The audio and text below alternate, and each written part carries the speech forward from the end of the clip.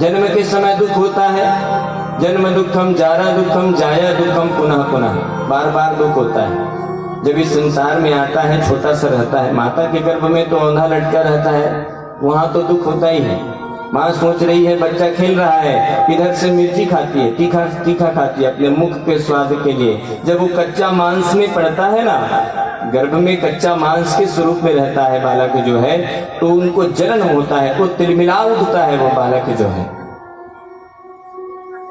पीड़ा होती है, कष्ट होता है, दुख होता है जन्म से पहले से। जब आया पालने में सोया हुआ है, मल मूत्र आदि कर दिया, माता को पता ही नहीं है, इधर वो घंटों पालने में विष्ठा में ही पड़ा है, पता ही नहीं है। तो भी एक प्रकार का दुख है, समय व्यतीत होता है। 40 साल तक तो ठीक है, थोड़ा कुछ मनुष्य अपना जीवन जी लेता है, और 40 के बाद में जैसे एक 40वां लगता है ना, तो आपको एक बता रहा हूं, जब भगवान ने 4 जीव बनाए, मनुष्य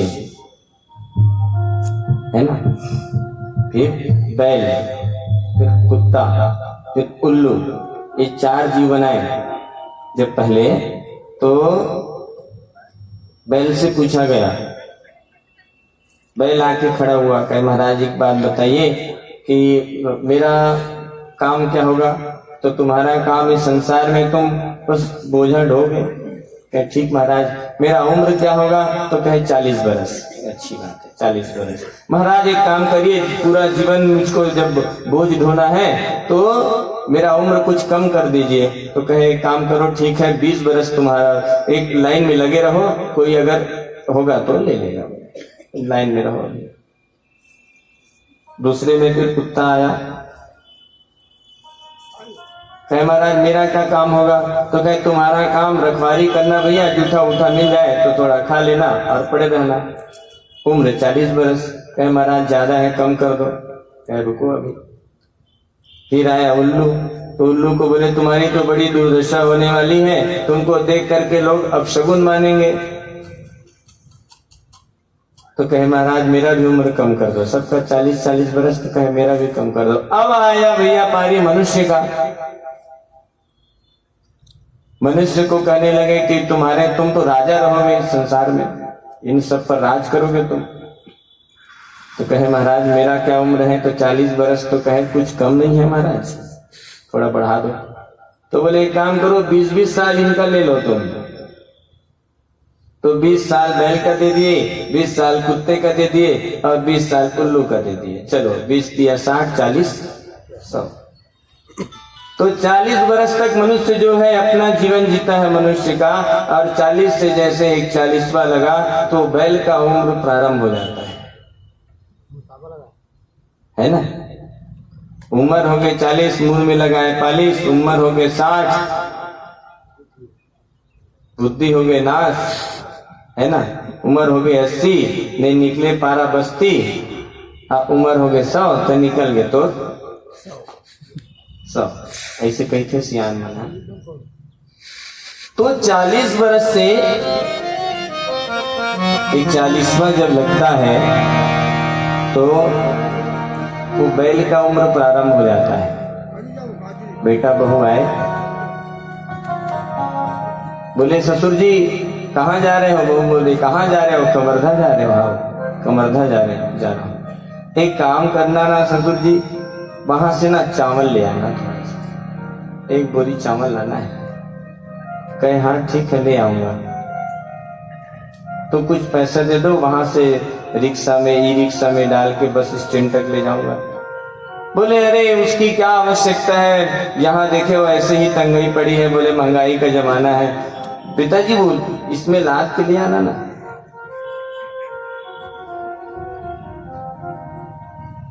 ले आए लाद के, घर ले आए।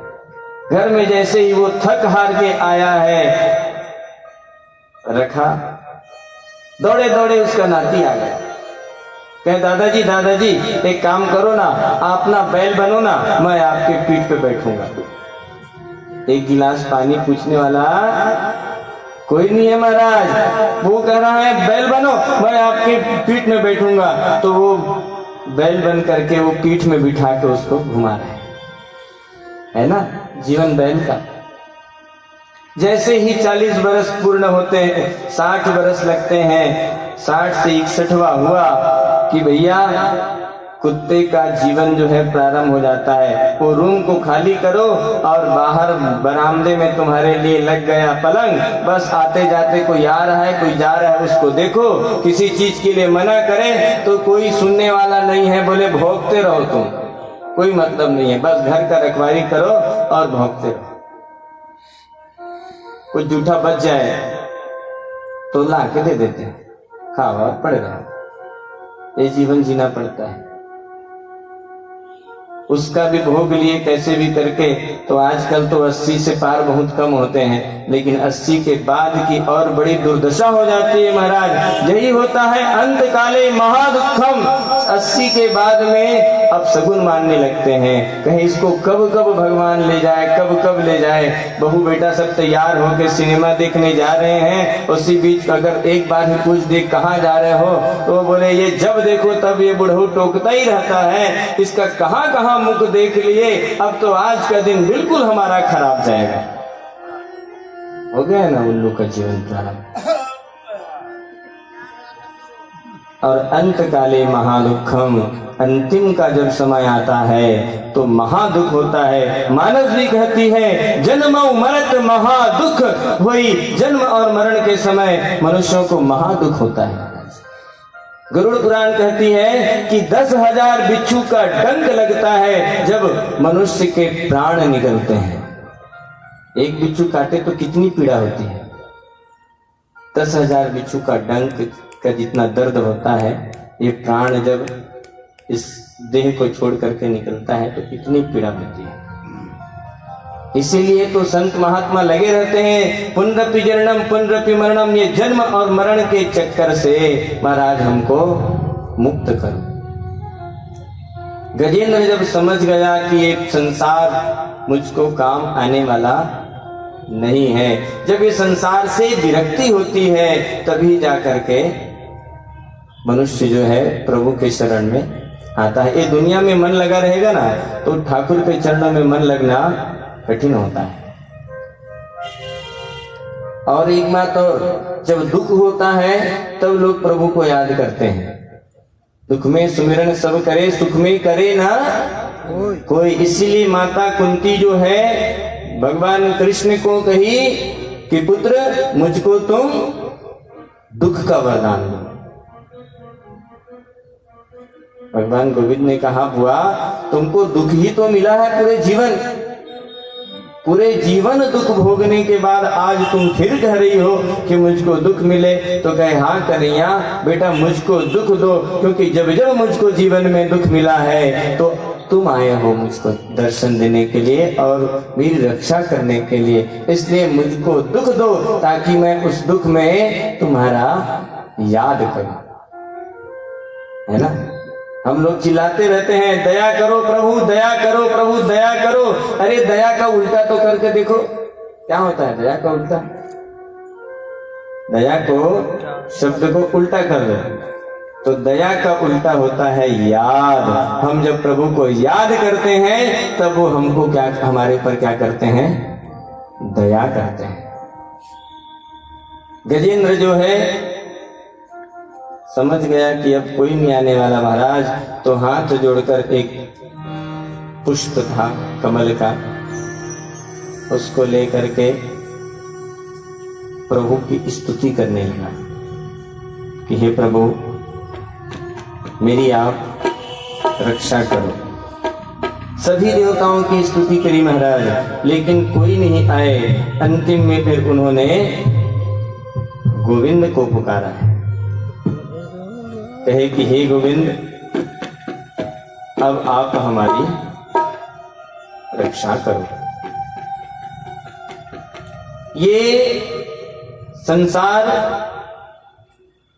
के जो मेरे पुत्र हैं, मेरी पत्नी हैं, ये कोई मेरा काम नहीं आ रहा है।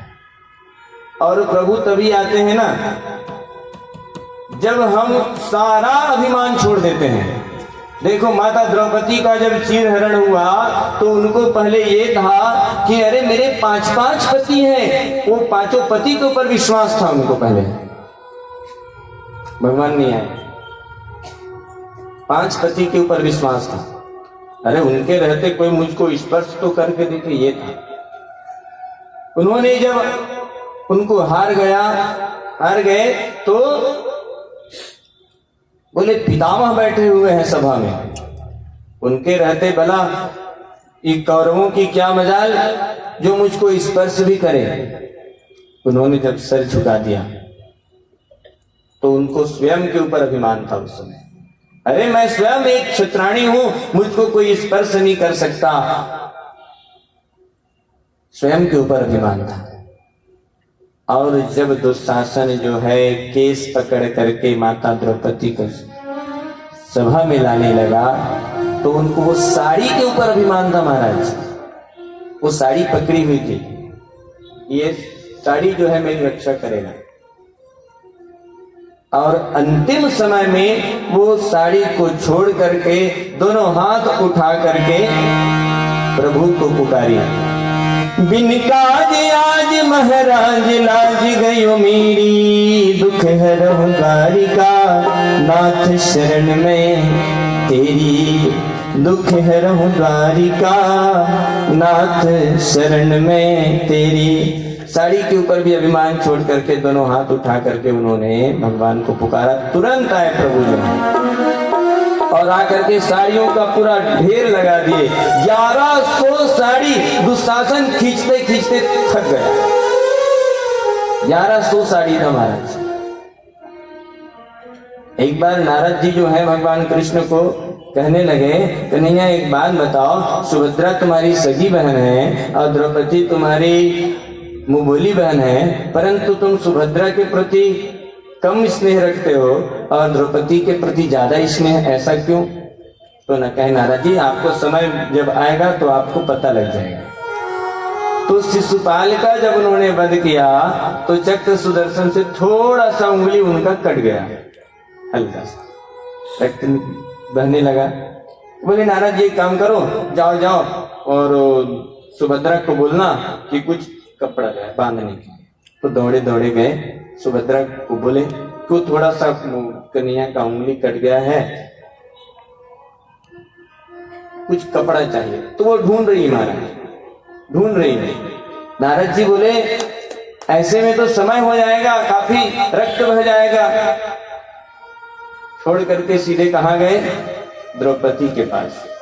और द्रौपदी के पास जब गए तो जा करके कहने लगे कि कन्हैया का थोड़ा सा उंगली जो है कट गया। इतना जब सुनी द्रौपदी तो दौड़ते दौड़ते आई और आकर के सभा में एक साड़ी का किनारा ऐसा निकाल करके भगवान कृष्ण के उंगली में बांध दी।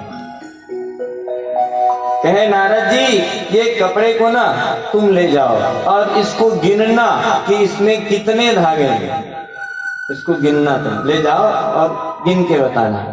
तो 1100 धागे थे महाराज, और 1100 धागे के बदले में हमारे गोविंद ने 1100 साड़ियों का ढेर लगा दिया, कृपा कर दिया, है ना। तो जब तक इस संसार से विरक्ति हो करके हम प्रभु को नहीं याद करते तब तक वो नहीं आते। आज गजेंद्र जो है सारा संसार को भूल करके गोविंद के चरणों में गया और उनसे प्रार्थना करने लगा कि हे प्रभु आप हमारी रक्षा करो। मेरा कोई ना सहारा बिना तेरे,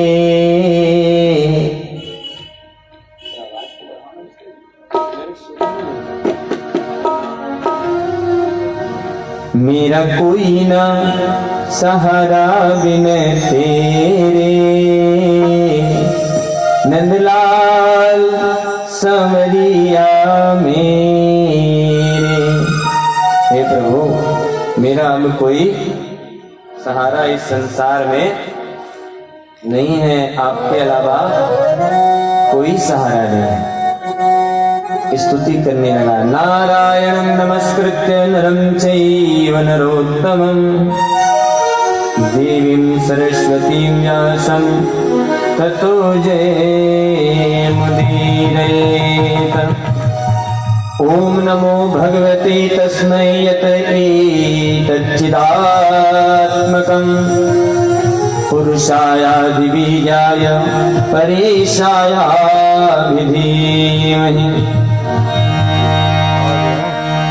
यस्मिन्निदं यतश्चेदं येनेदं यैदमस्वयं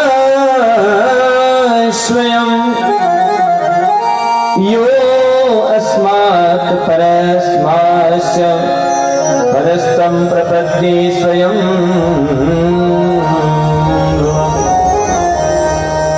हे प्रभु, आप आकर के मेरी रक्षा करें।